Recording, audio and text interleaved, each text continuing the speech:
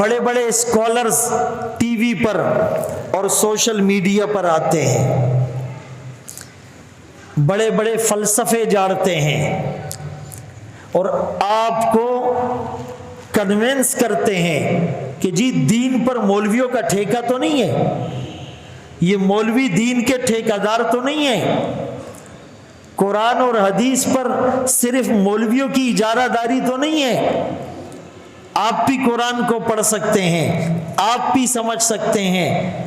اور یہاں تک کہا جاتا ہے کہ اجتہاد کا دروازہ مولویوں نے بند کیا، ہر آدمی اجتہاد کر سکتا ہے، قیاس سے کام لے سکتا ہے، اپنی عقل کے گھوڑے دوڑا سکتا ہے، اپنی مرضی کی تعویلات کر سکتا ہے، اپنی مرضی کا مطلب اس سے اخذ کر سکتا ہے۔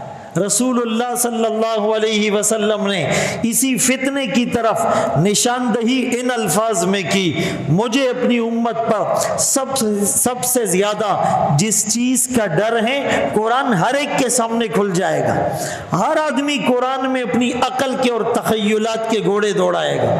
مجھے تو یہ بات سمجھ میں آئی،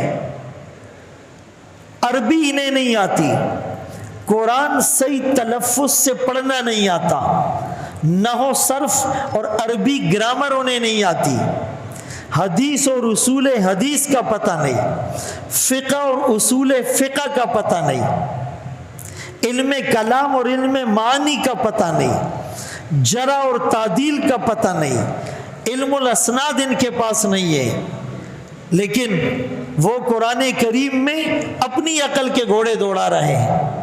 تو ہم نے بہت زیادہ کیئرفل، محتاط رہنا ہے، ایک ایک بات کو علماء سے پوچھنا ہے،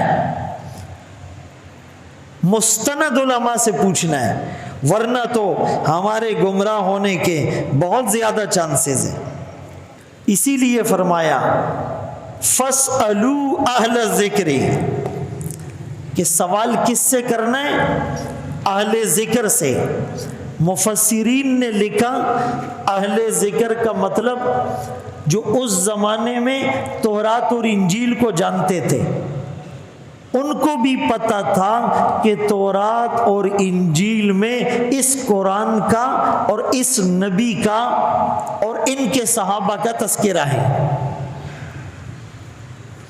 اور بعض مفسرین نے لکھا کہ ذکر سے مراد قرآن ہے،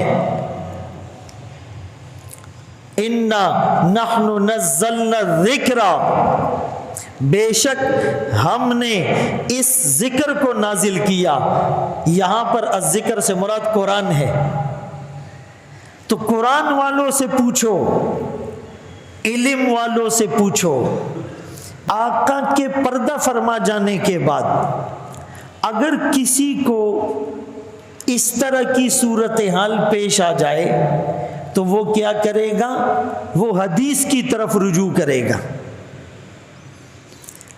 کہ اللہ کے رسول صلی اللہ علیہ وسلم نے اس آیت کی کیا تشریح فرمائی۔ وہ صحابہ کی طرف رجوع کرے گا کہ صحابہ جنہیں دنیا میں جنتی ہونے کا سرٹیفکیٹ ملا، جن سے اللہ نے اپنی رضامندی کا اعلان کیا، جن کے دلوں کو اللہ نے تقوی کے لیے چن لیا، جن سے اللہ نے حسنہ کا اور جنت کا وعدہ کیا، جنہوں نے اپنی آنکھوں سے وحی کی برکات کو اترتے ہوئے دیکھا، جنہوں نے نبی کی زبان مبارک سے اللہ کا کلام سنا، جن کے کانوں میں نبی کی رس گھولتی ہوئی آواز ہر وقت آتی تھی، جو اپنی آنکھوں کو نبی کے دیدار سے ٹھنڈا کیا کرتے تھے، جن کے دلوں کو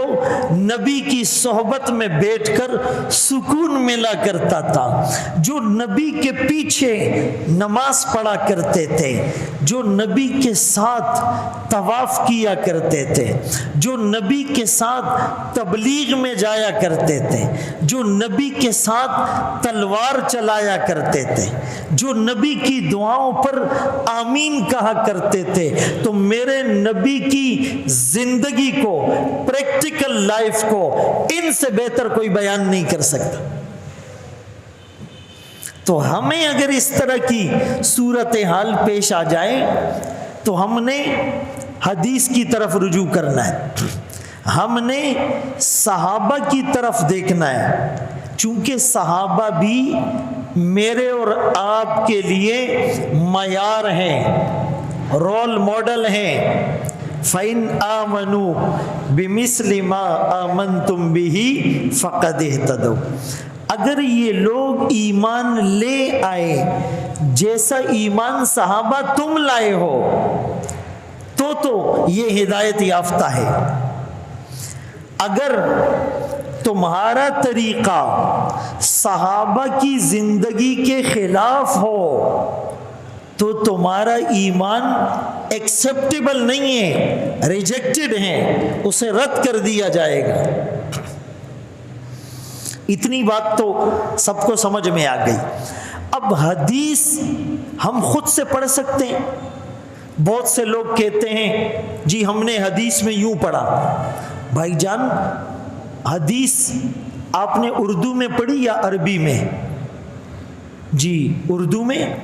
آپ نے عربی میں کیوں نہیں پڑھی؟ جی مجھے تو عربی نہیں آتی۔ بھائی ہو سکتا ہے اردو میں کسی نے غلط ترجمہ لکھ دیا ہو، تو خود سے آپ حدیث کو سمجھنے کے پوری طرح اہل نہیں ہیں۔ یہ آپ کو کون بتائے گا کہ قرآن کا ترجمہ کیا ہے؟ علماء۔ اس آیت کی تشریح کیا ہے؟ علماء۔ اس آیت کا پس منظر کیا ہے؟ علماء۔ اس حدیث کی قسم کون سی ہیں؟ یہ حدیثیں مشہور ہیں، حدیثیں صحیح ہیں، حدیثیں حسن ہیں، حسن لغیرہ ہیں، حسن لذاتہ ہیں، خبر واحد ہیں، متواتر ہیں، ضعیف ہیں، موضوع ہیں، من گھڑت ہیں، آثار ہیں، مرفوع ہیں، مقطوع ہیں، موقوف ہیں، مرسل ہیں۔ یہ ڈیٹیل آپ کو کون بتائیں گے؟ علماء۔ تو علماء پر اگر آپ کا اعتماد ہوگا تو آپ کے سارے معاملات درست چلیں گے۔ اگر علماء سے آپ کا اعتماد ہٹ گیا، جو ہٹایا جا رہا ہے، متزلزل ہو گیا، جس کی کوشش ہو رہی ہے، ایک سیناریو بنایا جا رہا ہے کہ علماء اور عوام میں گیپ ہو، آپ کا تعلق منبر اور محراب سے کمزور پڑ جائے، تو پھر آپ کو صحیح غلط کا پتہ نہیں چلے گا۔